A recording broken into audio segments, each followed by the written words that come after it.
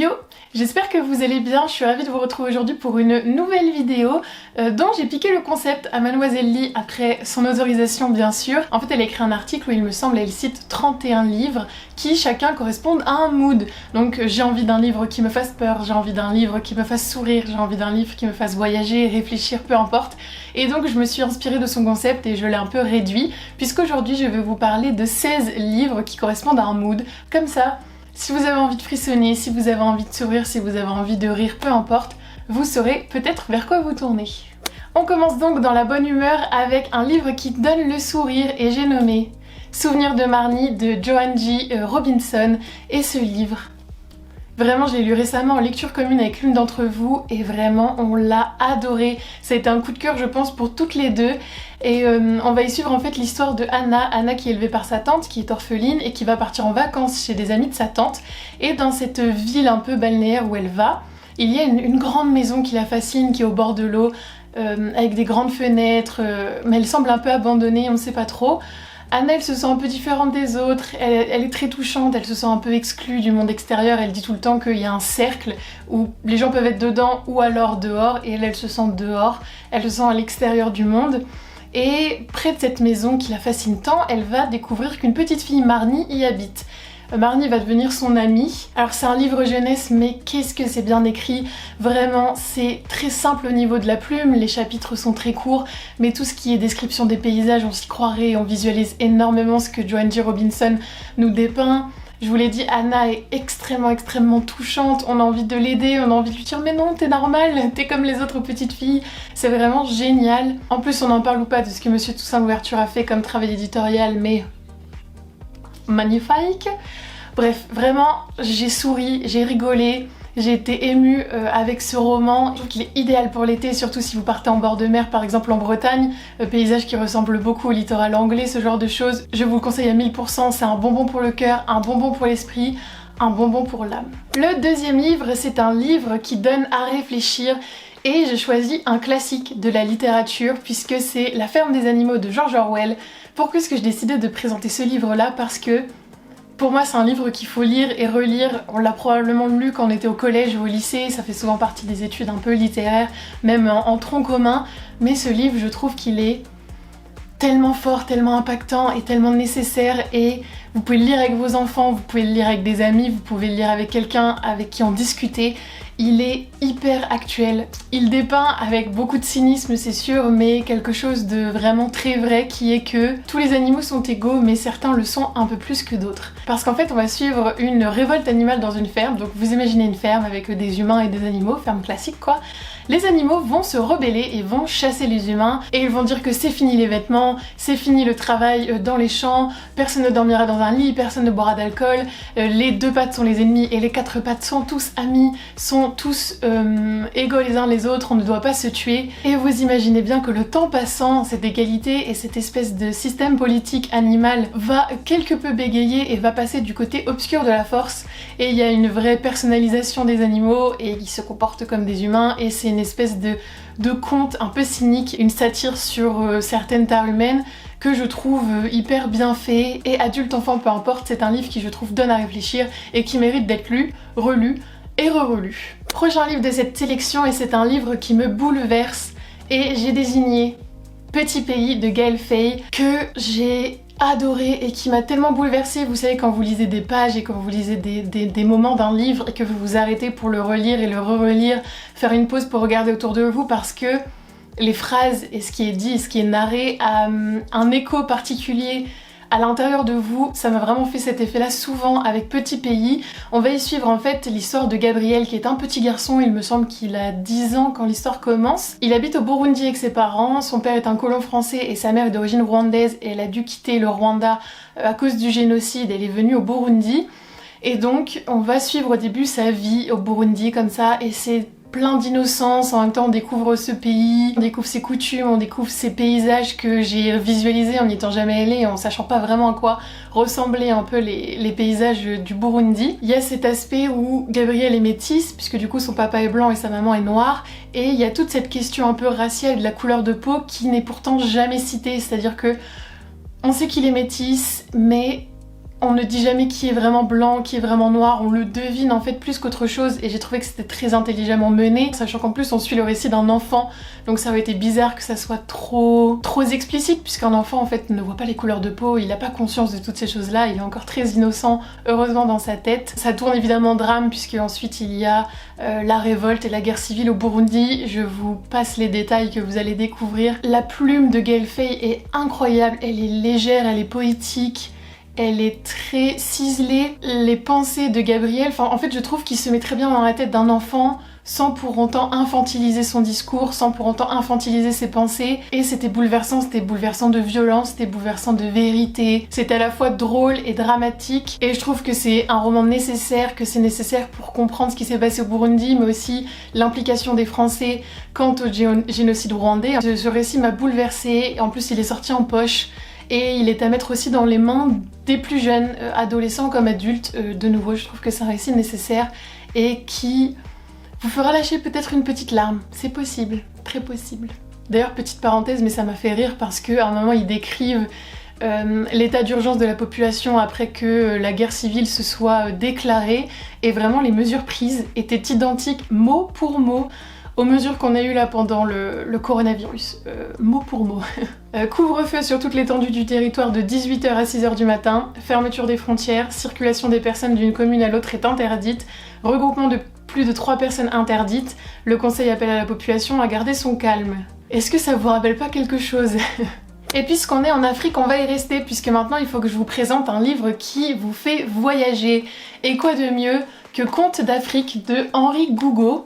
C'est un recueil de contes en fait africains pour les enfants que j'ai littéralement adoré parce que ça nous sort un peu des traditionnels contes de Perrault, de Grimm, les Disney qu'on connaît qui répondent à notre culture occidentale. Là on est sur des contes qui sont très différents de ceux qu'on a l'habitude de voir et qui pourtant partagent une vision de la nature, une vision de la famille, une vision morale qui est différente en fait de la nôtre. Donc je trouve important aussi d'ouvrir son esprit en fait tout simplement dès le plus jeune âge à tout ce qui est autre culture et ce recueil de contes est parfait pour ça. En plus il y a de superbes illustrations dedans, mais je l'ai trouvé vraiment magique, très instructif.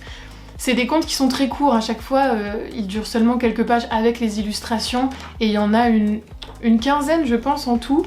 Et il y en a qui m'avaient tellement marqué que même encore maintenant je serais capable de les raconter en grandes lignes alors que je l'ai lu je pense il y a 5 ans au moins et c'est un livre pareil que je refeuillette et que je devrais relire d'ailleurs. Ça fait longtemps que je l'ai pas relu mais je devrais relire certains des contes parce que c'était une manière très intéressante de s'évader, une manière très enfantine presque de découvrir certaines traditions et certaines parties de la culture africaine. Ça reste très intéressant et je vous le conseille si vous avez des enfants ou même pas d'enfants en fait d'ailleurs parce que c'est hyper cool quand on est adulte aussi. On retourne dans les romans maintenant puisqu'il faut que je vous présente un livre qui tient en haleine et comme thriller, j'ai choisi Généalogie du mal de Yu Jong. Ce livre, je l'ai lu en fait pour le Cold Winter Challenge et je me rends compte que je vous en ai jamais parlé, je vous ai jamais dit ce que j'en avais pensé alors que vraiment il était génial. Ça a été un coup de cœur, j'avais jamais rien lu comme ça, j'avais jamais rien lu qui ressemblait à cette narration et à ce style d'histoire. En gros, comment il s'appelle déjà? On va suivre Eugene qui a 26 ans et qui en fait un jour va se réveiller couvert de sang. Il est couvert de sang, vraiment ses draps, le sang, vous savez ses habits sont secs, on dirait du carton tellement le sang en quantité a séché dessus. Et il se rend pas compte de ce qui s'est passé, il s'en souvient pas, il a un énorme trou de mémoire. Il descend, il essaye de trouver sa mère mais il a pas de souvenir en fait, il a que des brides de cris, de très courts moments. Et c'est tout ce que je vais vous raconter puisque en fait le livre va être autour de lui qui essaye de retracer ce qui s'est passé et comment il a pu finir dans cet état-là. Le livre fait presque 500 pages et sur 500 pages on va suivre peut-être 24 à 48 heures si je me souviens bien de la vie de Eugene. Donc oui, vous vous dites 48 heures d'une vie en 500 pages ça doit être extrêmement lent. C'est extrêmement lent, c'est très contemplatif, c'est très introspectif surtout parce qu'on est dans la tête de Eugene quasiment de A à Z. Il y a des flashbacks de son enfance, donc il y a quand même des petits sauts dans le temps et des parties qui ne sont pas en train de se passer dans le présent, mais le reste c'est strictement lui qui essaie de voilà, dérouler les faits qui se sont passés et qui prend des actions, qui réfléchit à ok, est-ce que je dois faire ça, est-ce que je dois pas faire ça, qu'est-ce qui a pu se passer, il revient en arrière et repense à des choses. Mais quand je vous dis que ça fonctionne, je vous jure que c'est lent, mais que ça tient en haleine de fou. Il n'y a pas vraiment de chapitre, donc comment dire, on continue, et on n'est presque jamais arrêté par le fait de ok, c'est la fin d'un chapitre, oh je fais une pause, je vais faire autre chose. On reste dans l'histoire et je vous jure que j'avais envie d'y retourner de fou. J'ai trouvé que c'était hyper bien fait et rester dans la tête de quelqu'un et continuer à rendre ça intéressant de la part de l'autrice. Autrice ou auteur ? Oh, la honte, je sais même pas. Bah, de la part de l'auteur, on va dire, puisque peut y avoir un E à la fin. De la part de l'auteur, je trouve que c'est une prouesse et sa plume est très réaliste, très concrète, mais ça tient en haleine. Enfin vraiment, je sais pas comment vous dire, je trouve que c'est quand même assez un ovni puisque il n'utilise pas vraiment les codes du thriller classique et pourtant c'est un des thrillers, un des derniers que j'ai lu qui m'a le plus tenu en haleine. Tout ce qui est analyse psychologique des personnages est incroyable, vraiment incroyable. J'avais jamais lu quelque chose qui était aussi profond, aussi noir, sans être cliché du tout. Ça va dans quelque chose de très subtil et c'est ça qui fait hyper peur en fait. C'est tellement fin. Ah, franchement ça fait frissonner. C'est assez difficile de parler de ce livre parce qu'il est très spécifique et vraiment je suis pas sûre qu'il plaira à tout le monde parce qu'il est lent et introspectif de nouveau. Mais si ça vous dérange pas, franchement, foncez, essayez. Pour moi, c'est vraiment une prouesse et franchement, honte à moi de pas vous en avoir parlé avant parce que c'est un chef-d'œuvre de la littérature coréenne. On reste sur une bonne lancée d'horreur puisque je dois vous parler d'un livre qui me fasse peur et j'ai choisi Cadavre exquis de Augustina Basterrica et c'est marrant parce que ce livre c'est un des tout premiers que je vous ai présenté sur la chaîne puisque c'était dans ma toute première vidéo, mais ce livre reste quelque chose d'absolument effrayant et de terrible. En gros, c'est une espèce de dystopie où un virus a fait qu'on ne peut plus manger d'animaux, donc la chair animale, des cochons, de bœufs, des poulets, peu importe, des poissons même, quelque chose, un virus a contaminé leur chair et on ne peut plus les manger sans tomber malade et mourir. Du coup, bah qu'est-ce que l'humain y trouve à faire de mieux ? Bah c'est de se lancer dans le cannibalisme. Et donc on va suivre... Comment il s'appelle déjà ? Attendez, je sais même plus le nom du personnage. Franchement j'ai aucune idée, je sais plus du tout comment s'appelle le jeune homme qu'on va suivre, mais on va suivre un jeune homme qui en fait est le bras droit d'une usine, d'une boucherie en fait, d'une usine qui fabrique de la viande humaine. Et donc au lieu d'avoir des porcs, des bœufs, peu importe, des vaches, ils élèvent des humains. Mais ce sont des humains qui ne sont pas considérés comme des humains puisque ce sont juste de la chair, en fait ils servent à faire à manger et comme nous les humains n'accordons généralement pas de pensée, de sentiments et d'intelligence aux animaux, et ben c'est pareil, ces humains-là qui sont destinés à la consommation, on ne leur accorde pas d'humanité, on ne leur accorde pas d'intelligence, ils savent pas lire, pas parler, pas écrire, enfin c'est vraiment des animaux quoi, ils sont nus, ils sont tatoués et on les mange. Et petit à petit, vous savez un peu le schéma classique de tu vis dans une dystopie, tu te rends compte à la fin que ton monde est complètement perché et que ça va pas du tout, bah lui il commence à se dire que bah peut-être que c'est pas si bien, lui il a pas trop envie de manger d'autres humains, il commence à se poser un peu des questions, il est un peu en dehors, enfin on sent que ça le dégoûte un peu. Vraiment ce roman est terrible, la fin est horrible, même le procédé, enfin quand on nous décrit la manière dont ils mangent les humains, on nous décrit des recettes, oh là c'est sympa, une petite soupe de doigts et tout, et toi t'es là mais tu te dis mais what? Et surtout que ça a l'air un peu trop crédible, en fait c'est ça qui est horrible et je trouve que c'est ça qui est effrayant et moi qui m'a effrayée, c'est que ce livre est vraiment crédible, la manière dont c'est abordé et décrit dans le livre et en fait la manière dont les gens pensent et dont ils ferment les yeux est un peu trop crédible et un peu trop réaliste je trouve à mon goût, d'où le côté livre qui fasse peur. Mais voilà, en plus je trouve que la manière dont Augustina Basterrica écrit est vraiment hyper intelligente parce qu'en fait elle te donne la nausée. Elle te donne la nausée en décrivant ce qui se passe parce qu'elle va utiliser les odeurs, elle va vraiment utiliser du vocabulaire qui a trait à la viande, à la boucherie, sauf que comme on parle de chair humaine, bah toi ça te met hyper mal à l'aise, mais en fait c'est trop réussi parce que c'est sûr que c'est ça qu'elle voulait réussir à faire. Enfin moi il y a des moments où j'étais hyper mal à l'aise. Franchement c'est un ovni. De nouveau je suis pas sûre qu'il plaira à tout le monde, mais dans tous les cas les livres qui font peur ou qui sont un peu malaisants comme ça plaît pas toujours à tout le monde, mais si ça vous intéresse et que ça vous intrigue, je suis hyper contente de vous en reparler de nouveau sur la chaîne et j'avais jamais rien lu comme ça et du coup ça peut être hyper intéressant si ça vous branche de vous plonger dans quelque chose où on parle de cannibalisme, de chair humaine et de déshumanisation de l'homme, bah pourquoi pas, hein. On est dans des good vibes. Ensuite, prochain livre, c'est un livre qui parle d'amour avec un grand A. Et j'ai choisi Un jour de David Nichols, qui est de loin ma romance préférée depuis un bail. Après, j'en lis pas beaucoup, donc j'ai pas non plus un panel de choix à ma disposition. Mais en gros, on va suivre Emma et Dexter qui se rencontrent en 1988. Ils se rencontrent, ils débutent une petite amourette, on va dire. Et en fait, tout le roman est ensuite eux qui se recroisent année après année, tous les 5 ans, tous les 10 ans. Je sais plus si les laps de temps changent ou s'ils sont constants, par exemple tous les 5 ans, tous les 2 ans.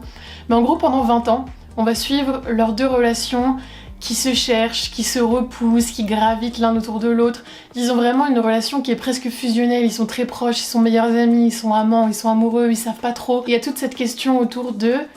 L'amour, c'est aussi une question de timing, c'est rencontrer la bonne personne, mais aussi au bon moment. Et c'est quelque chose à laquelle je crois fortement, qu'il n'y a pas que la personne qui compte, mais il faut être prêt aussi à accueillir cette personne dans sa vie au moment où elle arrive. Et toutes ces idées en fait sont décrites dans ce livre, et c'est tellement touchant, et on est là en mode non, lui il est un peu idiot, et elle s'investit, ensuite elle en a marre, et je trouve qu'on s'investit dans leur relation, ils sont hyper touchants. On voit en fait ce qui les bloque, on voit ce qui les retient à chaque fois, on a envie de les aider, on a envie de lui dire mais non, attends, c'est un quiproquo, c'est un malentendu. Je trouve que c'est une histoire d'amour qui est très vraie, très réelle. Elle est à la fois douce et dramatique. Après, je sais que ce livre est connu, donc c'est possible que vous l'ayez déjà lu, mais si vous cherchez une romance pour l'été qui est très vraie, très intelligente, très touchante, je vous conseille largement Un jour de David Nichols, qui en plus je crois a été adapté en film. Ah bah oui, c'est la couverture, avec Anna Thaouet. Donc au pire, si vous n'avez pas trop envie de vous déterre parce que le poche fait 600 pages, et ben il y a un film, donc ça peut être une bonne manière aussi de voir si ça peut vous plaire. Je l'ai vu mais je me souviens pas si je l'avais aimé. Je crois que je l'avais aimé mais je sais plus s'il est fidèle au livre. Dans tous les cas, le livre papier c'est toujours une bonne idée. Prochain livre, je devais sélectionner un livre qui me fasse du bien, et là je vais plutôt vous parler d'une saga, mais la saga qui me fait le plus de bien depuis que je suis enfant, enfin adolescente, c'est la saga Malocène, dont là j'ai La petite marchande de prose de Daniel Pénac. C'est une bouffée d'air frais, c'est absurde, on y suit du coup Malocène dans toutes ces petites histoires. À un moment il travaille dans un supermarché et il se passe des trucs, des petits sabotages dans le supermarché, il doit trouver qui c'est. Là c'est un peu une satire, j'essaie de vous montrer celui-là parce que c'est un peu une satire du monde de l'édition et de l'absurdité qu'il peut y avoir autour de l'édition et du monde de la littérature. Et c'est hyper drôle, hyper absurde. Le mec a un chien qui parle, enfin qui le comprend. Il a une famille hyper folle avec un bébé bizarre, des frères et sœurs bizarres, enfin bref. Je vous jure que cette saga, elle fait trop rire tellement c'est absurde et tellement ce qui se passe c'est improbable, mais ça se passe dans notre monde et il y a quand même assez d'éléments réalistes pour que tout ce qui est improbable et tout ce qui est absurde nous saute aux yeux, donc je trouve que c'est un parfait équilibre. En plus, Daniel Pénac, c'est un auteur que j'adore, que ce soit pour les enfants ou les adultes, il écrit extrêmement bien, il est extrêmement drôle, et je l'ai jamais rencontré, mais je suis sûre que c'est une personne hyper bienveillante, drôle et intelligente, parce que ça se ressent en fait dans ses œuvres, que ce soit la saga Malocène ou d'autres livres, notamment un livre jeunesse qui s'appelle L'œil du loup, qui est absolument dingue, un petit garçon qui regarde dans l'œil d'un loup et qui voit son passé dans la nature sauvage et tout. Daniel Pénac, c'est juste l'auteur français pour moi par excellence,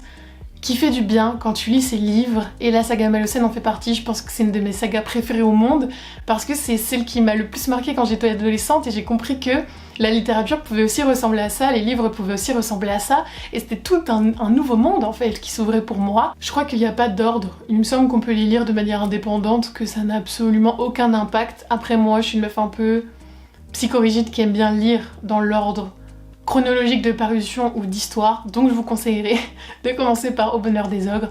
Mais franchement celui-là c'est un de mes préférés, donc vous pouvez commencer par La petite marchande de prose aussi, ça ne changera rien. Prochain livre sera un livre qui m'étonne, ou du moins qui m'a étonnée, et j'ai choisi de vous présenter Paradis de Toni Morrison, qui reste une véritable énigme pour moi. Il m'a incroyablement étonnée. C'est-à-dire que pendant ma lecture j'avais du mal, j'étais un peu perdue et en même temps j'étais un peu envoûtée. Vous savez quand vous comprenez pas tout ce qui se passe dans le livre et que du coup vous êtes tout le temps à vous poser des questions et qu'en même temps vous êtes pris dans l'histoire, vous savez qu'il y a un truc derrière et vous savez que si vous vous accrochez ça va donner quelque chose qui sort de l'ordinaire, qui va vraiment vous marquer, laisser votre empreinte. Bah, ça m'a vraiment fait ça. Paradis, c'est l'histoire de Ruby, qui est une ville qui n'accueille que des générations de descendants d'esclaves, c'est-à-dire que c'est une ville qui n'accueille que des personnes noires. Donc ça se passe dans les années 50 dans l'Oklahoma et pendant 25 ans, ces personnes vont décider de vivre à l'écart de la civilisation, à l'écart des blancs. Donc les familles fondateurs de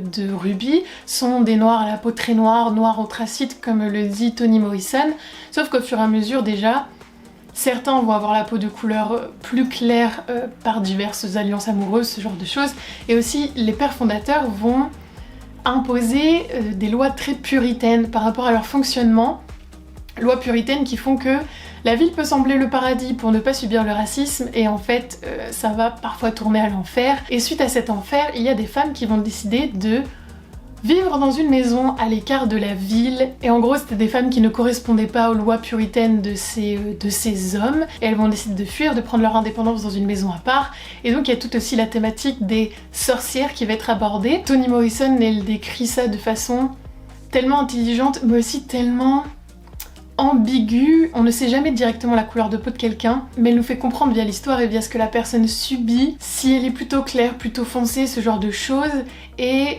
c'est hyper intelligemment bien mené parce que c'est le racisme dans sa globalité qu'elle dénonce, et je trouve que c'est très fort et très subtil de nouveau. Elle en parle de manière détournée, mais sans amoindrir le sujet, sans amoindrir ce qu'elle veut dire, sans amoindrir l'importance et en fait la violence des thèmes qu'elle aborde, et je trouve que là c'est le cas. Il faut parfois s'accrocher, c'est tellement abstrait, métaphorique, en fait très souvent métaphorique, un peu perché aussi sur certaines choses et certains actes. En fait ce livre est à propos de persécution et d'isolement et d'expression de soi-même dans une communauté qui essaye de t'imposer des codes en fait. Enfin ce livre en fait il est très déroutant, juste tu lis et t'es étonné, tu sais pas si t'aimes, tu sais pas si t'aimes pas, mais juste, c'est un livre que tu sais qu'il faut lire et qui est important à lire et qui dans tous les cas va te marquer, et voilà, je trouve que c'est l'exemple parfait d'un livre qui m'a étonnée. Dans quelque chose de plus joyeux, je dois vous parler d'un livre qui parle d'amitié, et pour ça j'ai choisi Le Sublime, l'élégance du hérisson de Muriel Barbery, qui est en fait l'histoire d'une concierge qui s'appelle Renée. Renée a 54 ans, elle est concierge au 7 rue Grenelle, donc je sais pas si vous connaissez Paris, mais Grenelle c'est vraiment le quartier très très bourgeois, c'est très proche de la Tour Eiffel, enfin vous voyez ce genre de quartier. Elle est concierge, et Renée elle est extrêmement intelligente. Elle est très intelligente, elle est très éduquée, elle est très cultivée, elle adore lire, elle adore la philosophie, tout ça, mais elle ne veut pas que les gens le sachent. Elle ne veut pas que les gens sachent qu'elle est cultivée, donc elle joue le rôle de concierge un peu grognon, un peu taciturne, un peu premier degré en fait tout le temps. Son mari l'est d'ailleurs, il correspond assez au cliché qu'on peut se faire en fait d'un gardien d'immeuble. Et en parallèle, on va suivre Paloma qui a 12 ans et qui habite dans l'immeuble et qui est une jeune fille surdouée de 12 ans. Est-ce qu'elle a 12 ans? Oui, elle a 12 ans. Elle est surdouée, pareil, elle est très torturée, elle adore la philosophie aussi, mais vous savez, à 12 ans, elle se dit oh, genre pourquoi vivre dans ce monde et tout. Bon, elle est très intelligente, mais elle est aussi très mélodramatique. C'est un peu une drama queen. Et en gros, ces deux femmes vont se rencontrer. Et ces deux femmes, jeunes femmes, vont devenir amies, et donc la concierge de 54 ans va devenir amie avec la jeune adolescente de 12 ans, et elles vont se faire du bien l'une à l'autre. Vraiment, Paloma va ouvrir Renée au monde. Renée va un peu faire redescendre sur terre Paloma, qui a des pensées assez extrêmes pour une jeune fille de 12 ans. Elle croit tout savoir en fait, c'est une jeune fille de 12 ans, et comme souvent à l'adolescence, on pense qu'on sait tout, et on sait tout mieux que tout le monde, et qu'on a tout compris tout de suite, et donc Renée va un peu lui apprendre à relativiser les choses, bref, et cette amitié est tellement belle, vraiment. L'évolution de Renée, son ouverture au monde, et puis ce livre il dégomme plein de clichés, il dégomme plein de clichés sur l'apparence des gens, l'esprit des gens, ce qu'on montre et ce qu'on est réellement, enfin bref, j'ai trouvé que il était hyper touchant, tellement beau au niveau de la relation entre ces deux femmes, mais aussi au niveau de la plume qui est très belle, au niveau de voilà, d'autres choses qui se passent que j'ai pas trop envie de vous dire. Et vraiment ce livre a eu un très grand succès et c'est amplement mérité parce que c'est un petit bijou. Ce livre est tout en subtilité, tout en nuances, tout en douceur, et il fait vraiment du bien. Et pour le coup, il est parfait à lire en été aussi. En été, en vacances, sur un transat, le long d'une piscine ou à la mer ou à la montagne, peu importe, il est parfait. Voilà, j'ai bien fait de l'intégrer à cette vidéo du mois de juin. Ensuite, j'ai choisi la catégorie j'ai envie d'un livre qui traite de spiritualité, et ça, Mes 2 livres préférés récemment, puisque j'en lis quand même pas mal, mais mes 2 livres préférés, ce sont... D'ailleurs j'ai encore les étiquettes, c'est dégueu. Les livres de Perla Servan-Schreiber, et donc il y a Les promesses de l'âge et il y a Ce que la vie m'a appris. Et donc Perla Servan-Schreiber, peut-être que vous la connaissez parce qu'elle a développé Psychologie Magazine dans les années 80 avec son mari, et maintenant elle est très portée autour du développement personnel et de la cuisine. Et donc pourquoi est-ce que j'ai choisi ces livres? Parce que déjà, moi je veux ressembler à cette femme à 75 ans, elle a 75 ans, et sa peau est tendue, elle est magnifique, elle a des longs cheveux gris et tout, enfin moi je la trouve dingue. Et donc dans ces livres, elle va parler de ce que la vieillesse lui a appris, évidemment, avoir le recul et avoir les paroles de quelqu'un de plus âgé sur ce qu'il a retenu de sa vie, vous savez, c'est comme, bah voilà, la sagesse quoi, la sagesse des vieux esprits. Je trouve que c'est hyper... impactant et beaucoup plus que quelqu'un de mon âge qui va dire ok bah voilà ce qui est important dans la vie et tout, mais en fait t'as moins de recul. Quand t'as 25 ans et que tu veux parler de la vie, t'as pas autant de recul. À 75 ans, tu commences à avoir vécu, tu commences à avoir vu passer plusieurs générations, tu commences à avoir vu passer plusieurs cycles économiques, politiques, sociaux, tout ce que tu veux, et je trouve que du coup t'as le recul nécessaire pour prodiguer des conseils qui sont intemporel, vraiment valable et vraiment sensé, vraiment intelligent et vraiment très sage en fait. Moi je lis ça, j'ai l'impression d'être plus sage. Genre je me couche et j'ai l'impression que Gandhi et Bouddha n'ont qu'à bien se tenir, tu vois. Du coup c'est pas du tout le cas parce que j'ai que 26 ans et que je suis encore très inculte vis-à-vis de la vie, mais je vous conseille très fortement ce livre si vous avez besoin de conseils simples mais réfléchis et sages, qui prennent en compte les difficultés de la vie. Elle est pas en mode soyez positif, parlez-vous et dites-vous que vous êtes belle et intelligente dans le miroir, ça marchera. C'est pas ce genre de conseil de positivité un peu toxique parfois. Elle l'est juste, pas juste en fait, justement dans ses paroles, dans son jugement. Et je trouve que ces livres font beaucoup de bien, qui sont accessibles aux plus jeunes comme aux plus âgés, et qu'en fait c'est vraiment le genre de livre à relire parce qu'à chaque fois on y trouvera des conseils différents et il y a des choses différentes qui nous parleront au fur et à mesure de ce qu'on est en train de traverser dans notre vie. Donc là si je le lis à 25 ans, j'en retiens certains enseignements.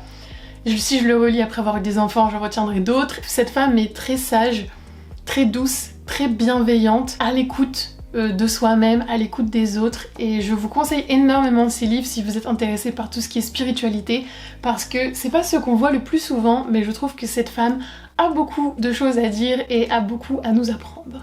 Ouf, je commence à avoir un peu chaud à filmer, heureusement on arrive vers la fin de la vidéo. Parce que le prochain livre, c'est un livre qui donne faim, et j'ai choisi L'art du sushi de Francky Alarcon. C'est lui qui, avec des amis photographes et journalistes, il me semble, part au Japon à la découverte des traditions culinaires japonaises, et donc on va y parler de saké, on va y parler de sushi, mais aussi de toutes les techniques qui sont inhérentes à la cuisine, c'est-à-dire la pêche, aussi la poterie pour voilà, boire dans des petits verres qui sont destinés au saké par exemple. Il donne hyper faim. On a aussi du coup plus de facilité à visualiser les différents types de sushi, de sashimi. On a toute cette idée autour de la modernisation du sushi aussi, puisque c'est encore très cloisonné et encore très traditionnel quand on le fait de l'ancienne manière, mais il y a beaucoup de chefs qui essayent de moderniser un peu tout ça et de le rendre plus accessible. Donc on a toute cette notion qui est décrite aussi, et vraiment ce livre donne envie de manger des sushis. Tout simplement. Ensuite, avant-dernier livre, j'en ai choisi un qui regroupe en fait 2 catégories qui donnent espoir et qui me fait croire en mes rêves. Et j'ai choisi Frida Kahlo de Maria S, qui est un livre sur Frida Kahlo parmi les dizaines qui en existent. Mais pourquoi j'ai choisi celui-là? Parce que c'est le plus accessible à la fois pour les plus jeunes et pour les adultes. Donc voilà, c'est celui que j'ai décidé de présenter. Comme beaucoup de femmes en fait, je pense, hein, Frida Kahlo c'est quand même une inspiration assez forte. Je trouve que avec tout ce qu'elle a vécu, le fait qu'elle ait réussi à transformer tous les drames qu'elle a vécu dans sa vie en énergie créatrice, elle était hyper féministe, engagée, indépendante, elle était très effrontée. J'adore ce personnage, j'adore Frida Kahlo, je suis très sensible à ses œuvres, mais en fait surtout, et je pense que c'est pour ça que elle impacte autant la vie des gens, c'est que les gens sont sensibles à sa vie et à ce qu'elle a vécu et ce qu'elle dégage. Et quand on lit son journal, quand on lit ses biographies, des biographies sur elle. Et ce livre est très bien fait parce que c'est un mélange de textes et d'illustrations extrêmement belles comme ça. Je vais vous en montrer d'autres. Il est très bien fait, on a tous les détails qui sont nécessaires, les faits majeurs autour de sa vie, sa relation avec Diego Rivera, enfin bref, énormément de choses, et en même temps il y a le côté très ludique et très reposant des dessins. Je trouve que ça donne de la force parce que, je l'espère pour vous, mais on est loin d'avoir des vies aussi difficiles que la sienne, et elle a réussi sans pour autant être tout le temps positive, pas du tout. Elle avait des pensées suicidaires, elle avait des pensées noires, elle était malheureuse, elle était en dépression, mais tout ça, elle a réussi à créer quelque chose avec. C'est-à-dire que c'était pas en mode ma vie est fichue, je suis handicapée, je suis malade, j'arrive pas à avoir d'enfants, enfin des choses comme ça. Toutes ces douleurs, elle les a transformées en quelque chose de créatif et elle les a transformées en quelque chose de beau. Donc je trouve que ça donne espoir parce que c'est possible. C'est très difficile, mais c'est possible de trouver de l'espoir et de la beauté, même dans le malheur le plus profond. Et elle, pour le coup, elle avait vraiment des choses horribles. Mais elle est devenue la peintre mexicaine la plus connue au monde, encore maintenant. Et voilà, je trouve que moi, quand j'y pense, et quand je lis des choses sur elle, quand je regarde des vidéos, le film, peu importe, ça me donne espoir. Et à chaque fois que j'ai des moments de down, je me dis bon, écoute, on y va, on reprend espoir, on travaille, et ça arrivera. Voilà, Frida Kahlo, c'est mon mentor en fait. Elle est pas vieille, elle a pas de barbe, mais c'est mon mentor. Last but not least, je dois vous parler d'un livre qui traite d'un sujet fort. Et alors là, quoi de mieux que She Said, sous-titre L'enquête qui a révélé l'affaire Weinstein et fait exploser le mouvement MeToo de Jodi Kantor et Megan Twohey. Oh là là, je sais même pas comment ça se dit. Bon bref. C'est donc, comme le nom l'indique, le livre sur l'enquête journalistique qui a révélé l'affaire Weinstein. Et alors ce livre, je l'ai dévoré vraiment en 2 jours, je crois c'était plié, tellement c'est passionnant. C'est vraiment les journalistes qui ont publié l'article dans le New York Times, est-ce que je dis des bêtises? Non, New York Times en 2017, c'est ça. Donc c'est vraiment ces 2 journalistes qui ont écrit ce livre et qui relatent comment elles ont commencé à avoir eu vent de l'affaire, comment elles ont découvert les premiers accords passés pour que les femmes ne parlent pas après les harcèlements et les agressions sexuelles de Harvey Weinstein, comment elles ont retrouvé les femmes en question, enfin voilà, comment elles les ont convaincues de témoigner, mais ça a pris des années parce que évidemment c'était avant que toute cette vague du mouvement MeToo n'existe, donc aucune femme n'osait parler, même les actrices les plus puissantes, parce qu'on a Gwyneth Paltrow par exemple qui a pris la parole dans cette affaire. Les femmes n'osaient pas parler et surtout c'est vraiment ça dégoûte. Enfin quand on lit ce roman on est dégoûté quoi. Genre moi j'avais envie d'en parler, j'en ai parlé avec ma coloc, je lui ai expliqué au fur et à mesure ce que je lisais en mode non mais tu te rends compte. J'ai pas trop envie de vous dire parce que j'étais choquée par ce qui s'est passé et ça fait partie de l'impact je pense du livre, c'est de découvrir tout ce qu'il y a derrière le mouvement MeToo parce que personnellement je savais pas qu'il y avait autant. Je savais qu'il y avait beaucoup, mais je savais que la moitié. Je savais genre que la partie émergée de l'iceberg, mais tout ce qu'il y avait en dessous, vraiment ça m'a choquée. Et ce livre devrait être lu, devrait être enseigné à l'école, peu importe. Tu te rends compte du travail impressionnant que les 2 journalistes ont fait, tu te rends compte de la patience qu'elles ont eue, de l'investissement qu'elles y ont mis pendant 1 an, 2 ans, je crois que ça a duré, l'enquête, les fois où elles ont failli abandonner, les fois où on leur a mis la pression pour qu'elles arrêtent, la difficulté qu'elles ont eu à retrouver les femmes, à les convaincre de témoigner. Ce livre reprend tous les aspects de A à Z de l'affaire Weinstein et il est extrêmement bien écrit, extrêmement bien traduit, extrêmement bien construit parce qu'au fur et à mesure on voit aussi tout l'impact, toutes les incidences en fait que ça a eu sur la vie des gens. Il y a des femmes que ça a détruit, il y a des femmes qui se sont reconstruites, peu importe, mais on se rend compte du traumatisme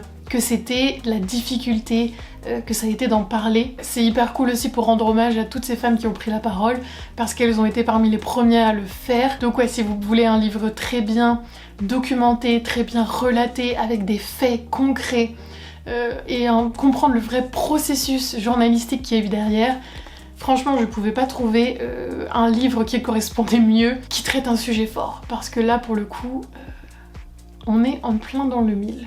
Bon, on arrive au bout. Heureusement que j'avais réduit la liste à 15, 16 et pas à 31 parce que je pense que cette vidéo aurait duré 20 ans et que j'aurais plus eu d'énergie. Hein. Là j'ai déjà la gorge sèche à force de parler. Mais j'espère que cette vidéo vous aura plu. Je trouve ça sympa de vous parler de livres en fonction des thématiques aussi et en fonction des moods parce que parfois on est dans un mood spécial, on est en mode ok j'ai envie d'un livre qui va me faire rire, j'ai envie d'un livre qui va être haletant, enfin voilà, on a souvent des moods comme ça quand on choisit le prochain livre à lire, c'est souvent vis-à-vis de ce qu'on a envie d'y retrouver comme émotion, comme sentiment, comme feeling. Donc voilà, merci à Mademoiselle Lee de m'avoir permis de reprendre ce petit concept que j'ai trouvé très chouette à faire. Et en vrai, peut-être que j'en referai de temps en temps parce que dès que j'aurai des nouveaux livres à mettre dans ces catégories que je trouve intéressants, je vous ferai peut-être des mini-updates, on verra. En attendant, j'espère que la vidéo vous aura plu, j'espère qu'elle vous trouve en bonne santé, que vous profitez du soleil enfin revenu, des terrasses, des bars, des restaurants qui rouvrent enfin. Et ça serait hyper cool, si vous avez la déterre, de lister en commentaire les livres que vous auriez mis dans ces catégories. Dites-moi quel livre vous fait rire, dites-moi quel livre vous fait voyager. Ça serait hyper chouette de partager et surtout j'ai hâte de découvrir vos suggestions parce qu'évidemment je suis toujours demandeuse de recommandations livresques. Donc voilà, si vous avez la foi, ça sera hyper chouette. En plus comme ça vous pourrez aussi voir les commentaires des autres et les listes des autres, donc tout bénef. Et en attendant, qu'est-ce que je vous souhaite? Je vous souhaite plein de belles découvertes livresques, hein, et je vous dis à la semaine prochaine. Et maintenant, j'ai plus qu'à prier pour que ma caméra ait toujours fait le focus.